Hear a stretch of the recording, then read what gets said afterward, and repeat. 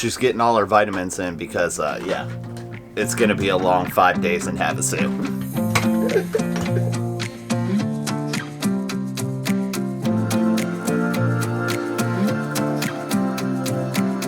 Okay, here's the situation. Our first trip away from Yuma since being back in Arizona, we're headed back to Lake Havasu for the second time. And the goal is to show you everything you need to know about boondocking near Lake Havasu. We're all packed up and ready to go to Phoenix to pick up some friends, Alan and Alyssa, that you might recognize from adventures such as Sedona, Mexico, Denver. Yeah, lots of adventures with them. They're gonna pick up their RV from Cruise America, and then we're gonna head up to Lake Havasu. Last time we went, it was Memorial Day. This time it's spring break, so we'll see if we can hang with the coyotes.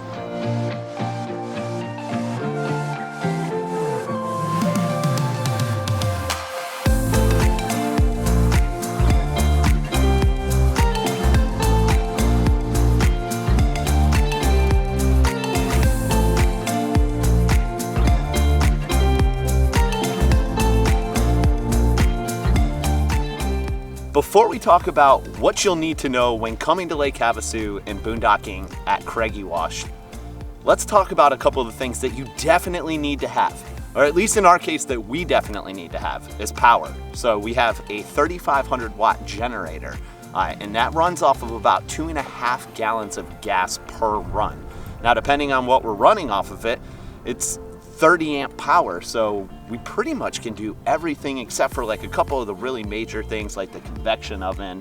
If we want to boil water for like the French press and coffee, that turns out to be a bit problematic, but most of the time we can run AC and do everything else that we need to do. And you are in the desert, so you might want a little AC, so it's a matter of how much comfort you want.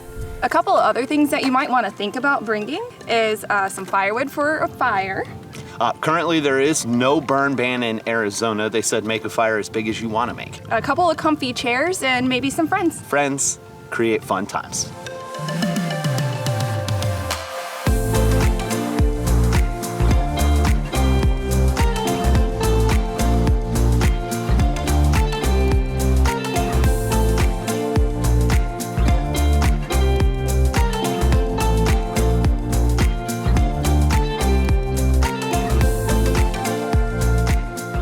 Little windy Yuma to Phoenix. What's that? Would that end up taking us 3.5 hours? Something like that.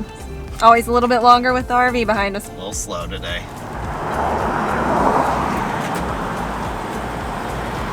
What up? Hello. Hi, buddy. Welcome, friends. Welcome. So, second time renting an RV from Cruise America. You're basically experts now. Yep, this is not my first rodeo. No, it's your second. It's my second. Quite literally. Okay, cool. Okay, in and out, check. Double fisted. Dutch Bros, check. Caffeinated. Caffeinated. And now we got 3 hours over to Havasu. Y'all ready? I'm ready, as we're gonna be. Let's go. The other thing that you definitely need is fresh water. We filled our entire tank and we've got plenty left over after 5 days, so not bad.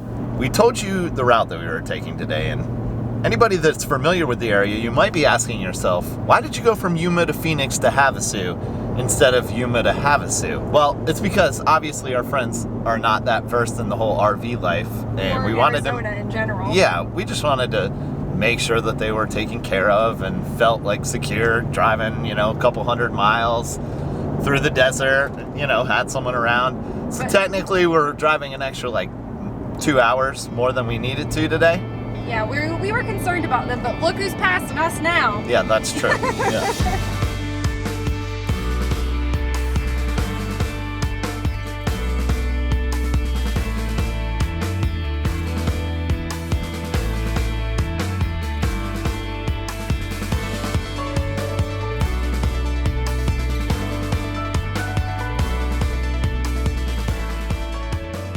Okay, what we recommend to do before you get out to Craggy Wash, which is BLM land, is to stop at Cattail Cove State Park. It's a $10 fee for day use, and essentially you can, you know, dump if you got to dump, but definitely you can fill up your fresh water, which is what we're doing right now. The thing with their RV is Cruise America actually has it completely filled for them, so they don't have to worry about it, so that's actually really nice. But if you're trying to be conscious of your mileage, Yeah. it might be helpful to do it last minute. Yeah, we try and do it as close as we can to the actual camping spot. So there's a tip for you, but there are other other campgrounds and RV parks along the way that you can stop at, but this seemed like a good idea because it was directly on our route. So, and then we're about 20 miles from BLM land. Actually, the office was closed when we pulled up, so envelope, $10 fee, pay station. And for those of you that come in the comments section at me, you know you're supposed to pull the top thing off of that pay envelope, right? Well, all we did was fill up water. We're leaving. I don't need a tag in my car. I got enough tags. What we did to fill up water is we went to Cattail Cove State Park on our way up to Havasu. It's between Havasu and Parker. But we think that you could probably fill or dump at Lake Havasu State Park, and that's only a couple of miles from Craggy Wash. Yeah, because they also have an RV park there if you wanted to stay there, but I believe they also let you dump. Now granted, you don't have to come to Havasu and camp in the desert. You can go to an RV park. There are plenty of those around here, but we love this experience coming out here and just like doing it all on our own. We're in RV parks all the time, so it's a nice way to switch it up. Now that you've got your supplies and you're rolling down 95, you're gonna wait until you get right past the airport and there's gonna be a little stop sign and that's where you turn right. Yeah, if you blink, you might miss it, but your GPS should take you there absolutely no problems. You don't need any like special coordinates or anything like that. You get in about half a mile down the road and that's where you can start camping. It's very clearly marked. All right, coming up on Craggy Wash right here. You kind of got to pay attention because turn right onto Craggy Wash, then arrive at your destination. Comes up on you quick. Where that stop sign is. It's a stop sign.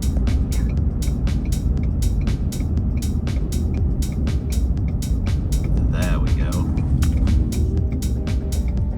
Welcome to the Craggy Wash. All right, Burnsy. Now it's just a matter of finding the spot we like. Buckle up, it's a bumpy ride.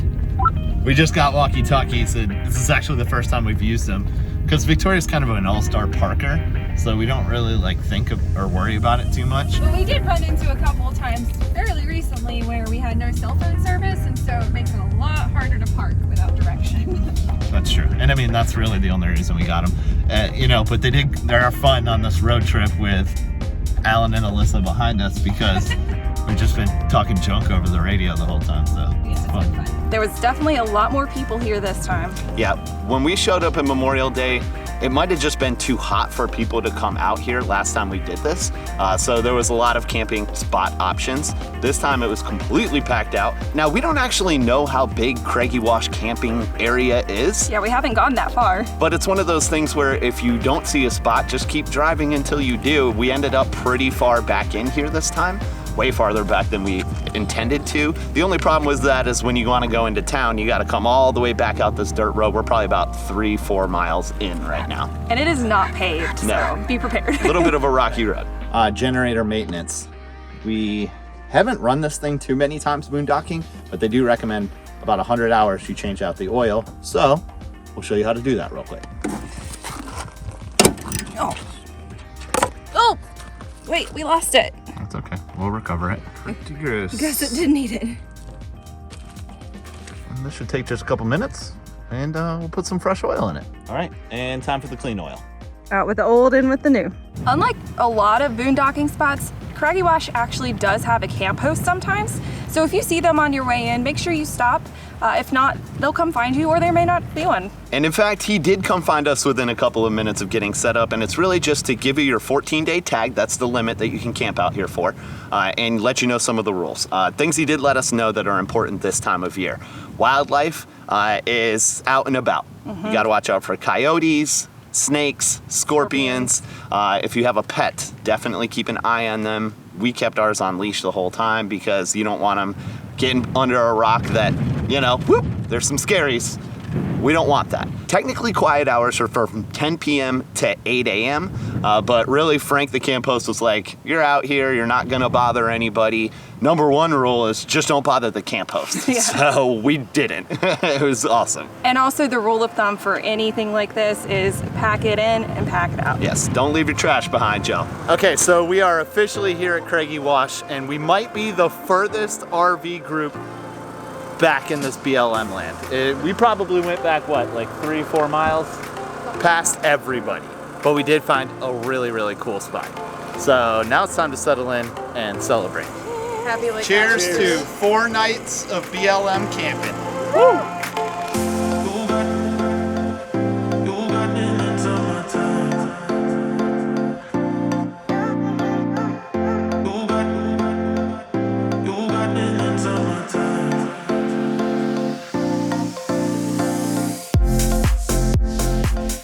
It seems pretty safe out here, you know, just make sure you lock up all your stuff. People stick to themselves for the most part, and you know, everybody looks like they're just having a good time out here.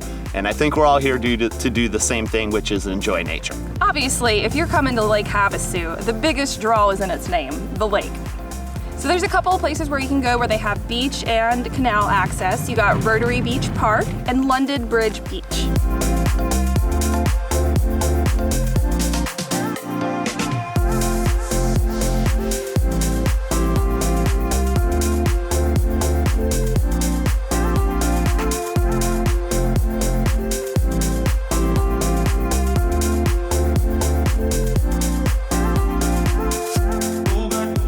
If you know us, you know we're here to put our paddle boards in. We got some tubes for Alyssa and Alan to kind of float around in, but boats is what it's all about here at Lake Havasu. Now, Yes, if you so rent, be careful. Yeah, just be careful. Now, you can rent boats here at Lake Havasu if you don't own one, but what we would say is the number one thing that we saw people getting ticketed for, because the cops are all over the lake, is creating wakes near the channel. Do not do that. So they were go literally slow. pulling people over left and right doing Everyone. that. So, just be mindful.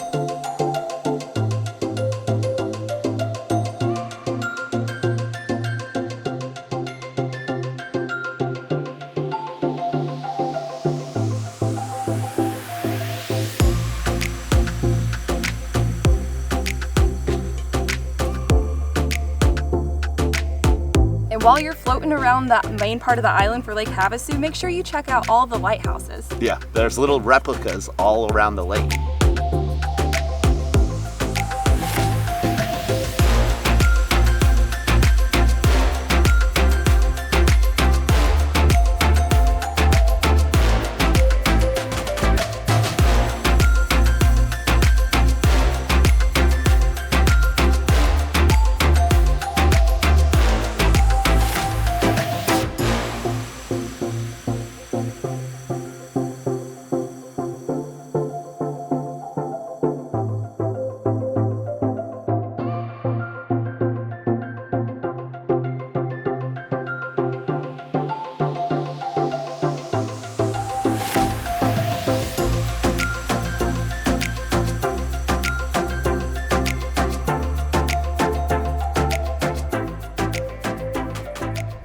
Another attraction that I believe we showed you last time is London Bridge, and yes, it is the real London Bridge. Yeah, I think they bought it from them back in the 70s. It was for tourism reasons, and I mean, I guess it worked. Yeah, it's fun. And that's the area where you're gonna find all of the restaurants, bars, clubs, if you're into the like nightlife and you wanna shake some booty, things like that. So that's kind of the main area where people hang out.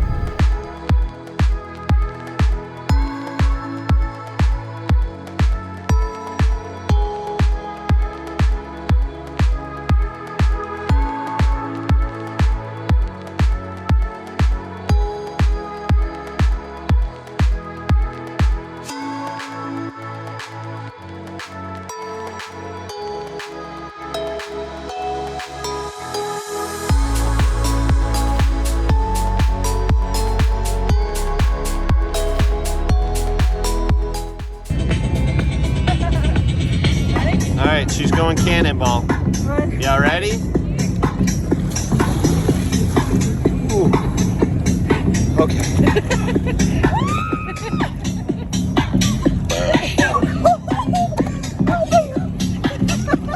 Oh my God, you're gonna jump us.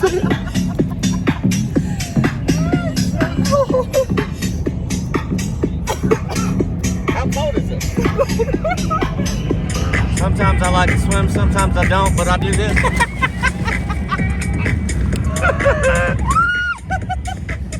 Maybe you lost your sunglasses.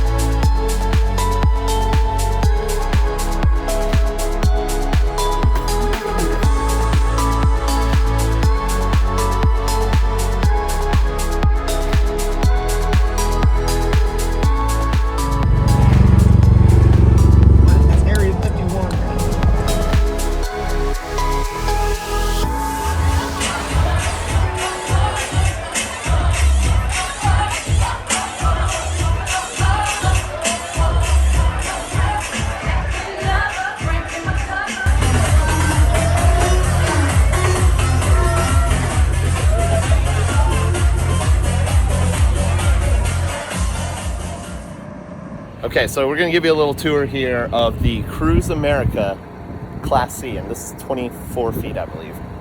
Burns and Alyssa stayed in here comfortably, no problem whatsoever. Turned on the generator when they needed to. It runs out of gas. It is the middle of the desert. It gets a little hot, but it wasn't too bad, right? It was great. Outside storage here. There's a fold-up table. Obviously, we're taking all of our trash out of the Craggy Wash, so that should be no problem.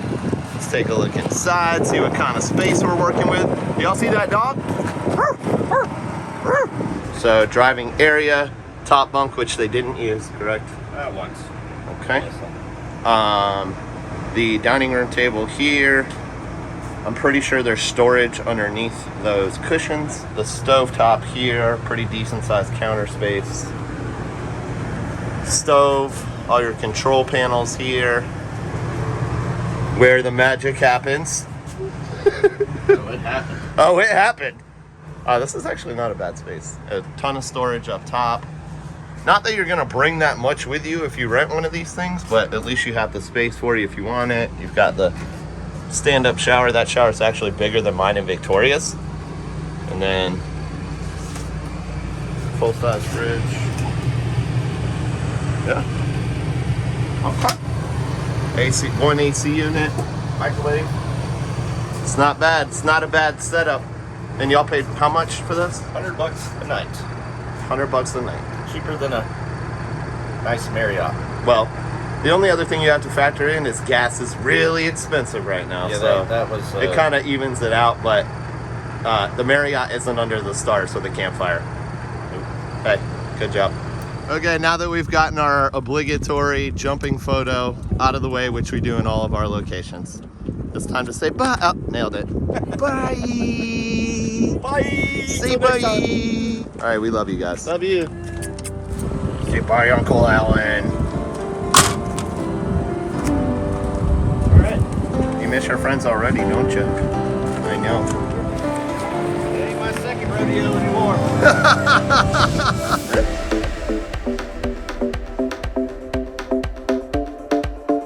So what do you think? Does that about cover it? I mean, obviously everyone's needs are gonna be different. Something I think is absolutely necessary, you may not think is necessary, and vice versa. So some people have different comfortability with roughing it. Right. The most important thing is that you get out here, you enjoy yourself, you enjoy nature, and you have fun. Now, if we did miss something, we would love to hear from you in the comments below. Please be nice to us. And of course, we will see you next Sunday. Bye, y'all.